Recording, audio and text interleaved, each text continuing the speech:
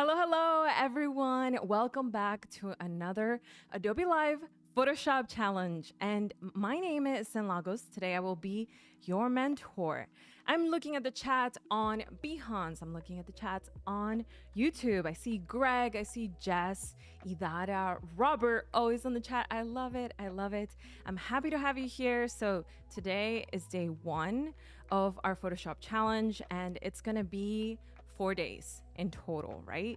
So keep up with our challenge by joining the Discord, where you'll be able to share some of your work, right? Once you've been exploring the things that you learned here with us, and also meet the community.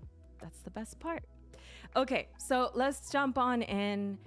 Jump on the chat. Let me know what time of the day is it where you are. I am so curious. What time is it? Is it PM? Is it AM? Do we have the PM and AM groups? I think we do. All right, so let's jump on in. All right, folks, so like I said, my name is Cyn Lagos. I focus on the mentorship of artists in the spaces of photography, video, and design. So today we're going to be exploring photography most of all, and we're going to begin by directing you to this little part. This is going to be our starter kit. So this is going to be available in the Adobe Photoshop Challenge assets, but also in here. So you can get it from either place.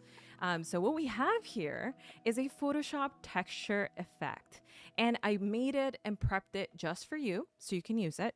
But ultimately, this file is going to be something that you can dissect and learn from, and we're going to go through it together. Okay, so today let's go on to Photoshop. All right, so this is the file that you would get once you get to that download. Okay, so basically this front cover just tells you what the license is, which is just to have fun, enjoy it, and for learning purposes. Okay, so what you want to do is turn that off, and cool, all of a sudden you see this really cool effect. Now yours might look a little different because it doesn't include an image, but what it does include, and I just want to point this out, in Adobe Photoshop we have these really cool things called smart files, right? So our smart objects or smart files, we have to convert them. I made this step so that you can double click on any of these, on that first smart object, and then you can provide any of your photos in this section, right? So if you're familiar with stock photography or things like this, stock effects, this might feel a little bit familiar because that's how it works best. But this workflow, I made it so that it works for you. Let's hit save on this image and just command save, right? Nothing crazy, because this image is linked to our original assets. The effect now is propagated here, right? So what I want you to do when you get this file is to double click on that smart object file and change it to whatever image you want. But go further than that and go dissecting what was this effect that I placed in here. Can we go investigating what this effect was? It looks here, I have to double click the top one. I might have given you another effect in there. I did not know, a grain effect. All right, so this effect is gonna be a lot of fun. I've been experimenting with this effect quite a lot. There's a lot of different possibilities, but ultimately I want us to learn here how to tackle a hero image, right? So a lot of us, I'm gonna just go in talking mode for a second. So a lot of us have maybe the workflow of going into Adobe Lightroom and editing batches of photos. That's totally fine, but every so often you get a hero image and you want to kind of dig further and ask yourself, like, how much more can this image do for me? Sometimes some of my portraits especially tend to have a very weird kind of experimental, very abstract, conceptual, so kind of look to them. So I feel like jumping into Photoshop is just the right place to experiment with that further. So for me, editing the color and editing the textures is a big part of that. So let's jump on here on the options that we have for color editing, which is going to be our first part. Okay, so let's see what we've got here. I've separated a couple of images for us. and I'll show you some of these and I'll let the chat decide. I can already see the chat here. Some folks are in PM hour, so 6:30 p.m. Oh my gosh. So it's nighttime. For me, it's midday, folks. Let's see what else we got here. We got morning time. Oh, 5:30 p.m. Wow. So that just tells me a lot. 6:30 p.m. from Switzerland, says Patrick. I love that. So we've got a couple images here, and I need the help from the chat. Let me know which image you want us to edit together. So we've got a couple of raw photos here. This one's probably the hardest because it's a monochromatic lighting effect that was during production. So it's a little bit harder to pull colors from that. But we got a color option here, and we've got a few more with different lighting conditions. This is by far the most abstract of them. I love it. I was playing with, I don't know where my prism is, but it's somewhere around here. I was playing with my prism and my on-air sign, which is over there hidden. I don't know why it's hiding. But anyways, it looks so cool and I love it. So chat, what do we think? And I love that I'm seeing new folks here. I see Paloma, and I think Jack is providing some cool links in here too. Let's see on the chat. Yes, somebody's asking if this is live. Yes, this is live. This is as live as it gets. Yeah. All right. So I can't really see. We're gonna get started on one of these photos. I think I might dig deeper into one of this one. I love this one actually. I often have to right click and tell it to go to Photoshop. I'm not in Photoshop beta. I'm in regular Photoshop. Now, the first thing that happens is this is a raw photo. So what that means for us is that we have this really cool dialog box called Camera Raw. This is part of Photoshop. In fact, Camera Raw has been so influential that a lot of that technology ended up being programmed into what we know as Lightroom, which is super cool. So a lot of the same things are going to appear here if you want to do color editing here. I'm not going to do that right now. I think that's cool and everything, but I want to step into a different place. I'm playing with effects today, so we're just going to hit open. Still a raw file nonetheless. All right, we're always going to duplicate a layer for us. All right, so something I wanted to play with is our adjustment layers. So you go down here into the adjustment layers, and we're gonna go into this thing called color lookup. All right, we click color lookup, and in here you have a couple of LUTs. And if you do any video editing or you join me on Medium Unlimited on Motion Mondays, you know LUTs are like this 3D mathematical filter for photographs or for video most efficiently. But in here you get a good number of them, which is so cool because they're inspired by film cameras, they're inspired by different kind of seasons and styles, and you can play around with some of these. I can show you a couple right here, and you can see that there's a level of, I don't know, I can see that it flattens the highlights and the shadows a lot, just like a film would. And so these are really fun to play with, in my opinion. You can start to do your color editing basics, like the technical things within Camera Raw, and then go a little bit further and jump into the property section to change those LUT files. What you can do on top of that is you can layer them. So if we go to color lookup another time, right, one more time here, we can go and look for a different color, maybe something like moonlight. And then we go back here and we can change the opacity of this one. Potentially also the screen mode, I feel like tends to bring out the shadows, and then lighten tends to kind of like mute those shadows and bring up the highlights. And so just like that, in a matter of what feels like seconds, we edited this image to be very, very dramatic. And I'm so used to being in Lightroom where I can just like before and after, but I'm just gonna hit option here and hold the original so you can see. I'm so used to doing the /. You can see what that used to look, right? And then what it looks like now, which is a little bit of punch with the color contrast. A lot of warmth to the colors are also really cool in here. Okay, cool. I think we can move on with this photo and now apply this really cool effect. Like, how do we come about this really cool effect? So what I'm gonna do here is right click this. I'm gonna duplicate it, right? So we're gonna merge these effects so far. So Shift Command Option E, yes. So Option 1. Can't help but like check those naming layers, you know? So one thing we can do immediately is we can go into that PSB file and then just throw it in there, right? And so this image, of course, is a different ratio. So it would be a matter of composing this. I did make it for a horizontal image, so that's that.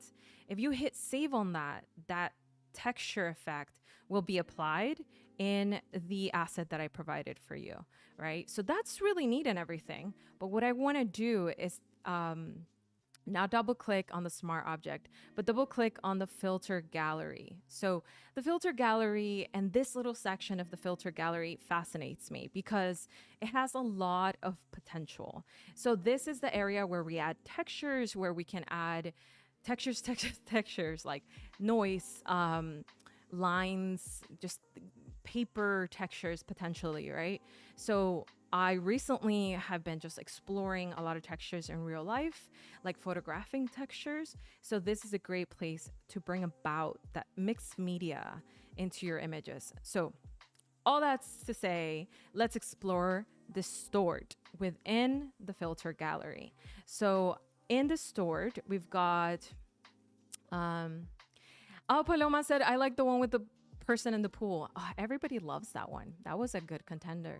All right, so let's see how far we can get with this one. Maybe the pool one is possible, but can't make promises. Okay, so in here, what we want to do is select Distort, and we can select things like glass. You might think, hey, Cyn, how come we're not going into textures? Hey, we totally can. Those are also another set of presets, but I'm going to tell you why in just a moment. Right here under Distort, you're going to find glass. And this is going to be able to show you all the different styles of distortions that you can play with. But then on top of that, there's a place called textures nonetheless. And it's under here, you've got normally something like blocks, you've got canvas. So that kind of canvas texture, very watercolor, acrylic kind of feel. And then we've got frosted, tiny lens. Ooh, tiny lens looks awesome. I mean, look at that texture. You can layer this, blend it. There's so many possibilities. And we duplicated this image, so we totally can because we're not destroying it. So that's all cool and everything, right? But I wanted to explore loading my own textures. So I went in here. I've got my own textures. In my visual effects, I make a lot of homemade things, folks. I don't know why, but at some point I was like, you know what? All these things are too cool to just use them on one project. So let's see here. We're looking for textures. Textures. Where are you? Oh, here you are. Okay. Okay.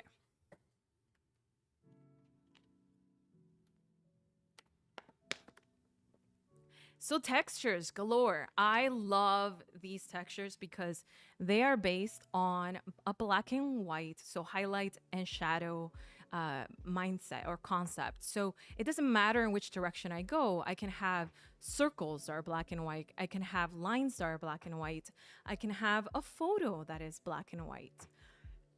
I need more water. Okay. So my point is that you can start to explore what kind of textures you can bring on in this loading section. That's the big differentiator. You can load your own textures and see what results you get. So I have here a good number of them. Let's begin with our original. This is the one that you just witnessed and your own assets. So we've got displacement 2, black and white lines. It turns into this. Super cool. I love it. Now I'm going to load another texture. These have to be Photoshop files, by the way, very key. I'm going to load another texture, but this time I'm going to load circles. Let's see what circles look like. And I just made these circles using the gradient tool and saving it as a Photoshop file. You can see what the circle looks like, and it's kind of interesting, right? Like, wow, it's all about having these like ideas within a black and white file, right? So what about clouds? How can clouds translate into texture? Absolutely, absolutely can. Now, I'm gonna just show you something here in the clouds section, right? So we have clouds now, right? We have distortion at 20, but I don't like when folks always say like, okay, put 20, put this digit here. Let's make it make sense, right? Like, why is distortion at 20? So we are distorting to the max. Distorting to the minimum will look like this. 20 happens to be our max. And then in smoothness, how smooth is this? Now I notice if I lower the smoothness, I lower the scaling, and I keep the distortion about 20 or 15. It doesn't matter. 20, I think, is the most visible. You get to see your file. You can see it in there. Do you see it? It's tiled like a pattern. You can see the little lines here because we haven't smoothed that out yet. Now, when we smooth it out, do you see that line? It's no longer there, right? But it's a cool way to say, okay, I actually want it scaled bigger, because you can see your own file. So like, let's demonstrate. Hold on, let's show one that feels a little bit different here. This image, right? That image is hard to forget. It has that fence. Look at that texture. Super cool. Now your imagination is the true potential here. You can take this wherever you want, depending on the photos that you have. Of course, ultimately you want to emote something that correlates with your photos, or maybe is ironic on purpose. Nevertheless, I'm just like, I want to challenge you to try these textural tools and what is possible on your end. Load those black and white photos and see what the textures it enables, right? So now this texture right here is very clear. It's the fence. If I smooth it out, now it turns into something else. In this radial situation here, absolutely gorgeous. So I think I'm gonna hit okay on that one. I can also hit invert, by the way. It's gonna listen to the white and black in a different way. And that's that. I'm gonna hit okay. Press okay. How are we doing on time? We're doing good. Awesome. Let's check in on our chat here. Robert is big on camera raw. Awesome. Cool. Says a photo walk for me. Saved a whole photo walk for me. Oh no, you almost lost your photos. Yeah, that's so cool. I used to use camera raw all the time, and then it like Lightroom wooed me over. I don't know.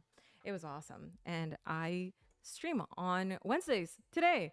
Every single Wednesday we stream editing. We by we, I mean me and you.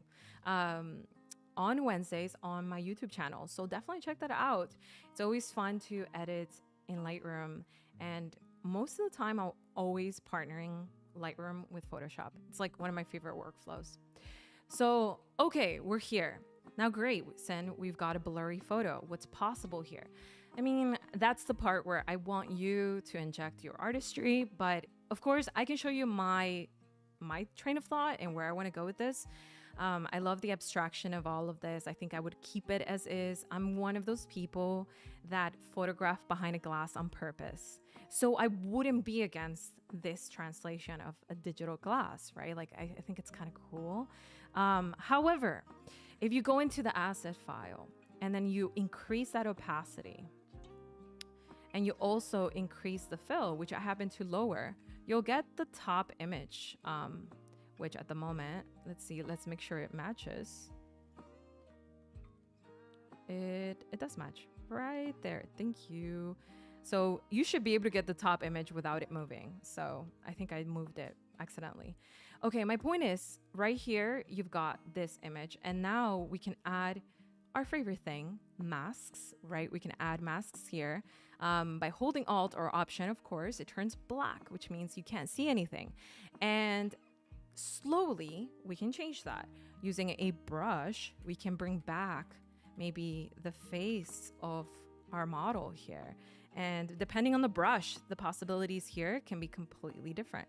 All right, let's go to white so we can start to see some of our models' faces. Now, right now I've got a brush that just has like a soft edge. I wouldn't consider myself an expert at brushes, but every so often I think, maybe I should try a different brush. Like in this case, something more smudgy would be a better fit. Why am I going down this rabbit hole? I don't know. But something I would intuitively do wouldn't be brushes, but it would be gradients. So I can use gradients to define where black and white resides in my mask to reveal or hide things, right? So quite easily I can move those gradients to a different size. So it looks like my gradient is not black and white, which is a bummer. Hello. Okay, here. There you go. Now we're talking. So it looks like that's all the black and this is all the white. Yeah. All right. So we've got a little bit more visibility on our model, and kind of depends what rotation you want to do here. I don't know why, like playing with gradients makes me really quiet. Like I have to be very precise somehow. And the truth is it's not that serious, but it happens. There's something beautiful about editing photos. I think we enter a bit of a trance of sorts, and it's awesome. I love it. Let's see what y'all up to on the chat. Every so often, there's some cool chats happening, and I miss them. I love the person that said, "Are you actually live?" Yes, we're live. Okay. So Laura says, "You're amazing." Thank you, Laura. You're amazing. You're amazing. Thank you for being here and for learning with me. It's so fun. Actually, earlier I had so much energy to teach you that I was kind of like in anticipation, like I just want to go live now. That's a good feeling to have. So this is what we've been able to accomplish with this one. Of course, there's so much more and so many opportunities for variations. But what's cool here is that this is still saved as a smart object. So if we wanted to change all those really cool properties and hard work that we just created, I can hit save on this other portrait of mine and explore what that really cool radial gradient from a photograph I took in Manhattan would translate to a photograph that I took in Miami. So it's kind of funny to play with mixed media. I have been a kind of a late bloomer when it comes to playing with mixed media in my photography, but ever since I embraced it, I feel like no photo is one of a not one of a kind. No photo is exactly the same as another, so you have to treat it differently. And sometimes they're asking for a mixed media treatment. Sometimes they're asking for like this power storytelling, metaphoric, whatever it may be. And that's cool. So play around in Photoshop and explore the possibilities there, because I often do that too. Jess says, "I'm also someone taking photos." I'm going to read the chat here. Just dedicate a little time to y'all. So Jess says, "I'm also someone taking photos through glass and idea." Oh, cool. I love that. With that brush editing afterwards, also possible to make an editorial shooting for a product. Oof, I love that you are already getting, the wheels kind of like working, thinking of ideas. Yes, we'd love to see that on Discord. We're going to continue that conversation there, Jess. I love it. And oh, can we try the circle gradient? Yeah, absolutely. We can try the circle gradient. You're a circle fan? So am I. I almost tattooed myself a circle, but then I didn't. I will always regret it. All right, let's do the circle here just for, who asked for the circle here? Justin asked for the circle. There you go. All right, so again, we just have to load that texture. And you can think of so many possibilities of textures, but you can see here, my, anything that I have here. Oh, this is a fun one. I totally forgot this one. Sorry, Justin. What about this one? Do you like it? I love the weirdness of it, but I think we got to be nice and use the circle one too. But I got really excited there, folks. That's the circle one right there. Without the smoothness, you can see the circle, right? Do you see it there? You see the edges? And your photos can create so much more, so many different variations, so much more potential there. Explore different things here and follow us on YouTube to keep up with the challenge. Follow us on Discord to keep up with the challenge. Again, my name is Cyn Lagos. This is my website where you can find even more resources to explore design, photography and film. You guys are the best. It's always so much fun. Again, the asset's going to be here and also on the link available via the Photoshop challenge. Lucho says legendary. I love that you're on the chat, Lucho. Yay. Treat him well. Really talented person. So I love this community. Y'all are the best. Keep up with us on YouTube. Keep up with us all over the place. And yeah, that's it, folks. Again, my name is Cyn Lagos. Cyn is short for Cynthia. So awesome to be here with y'all. And we'll see you next time. Bye.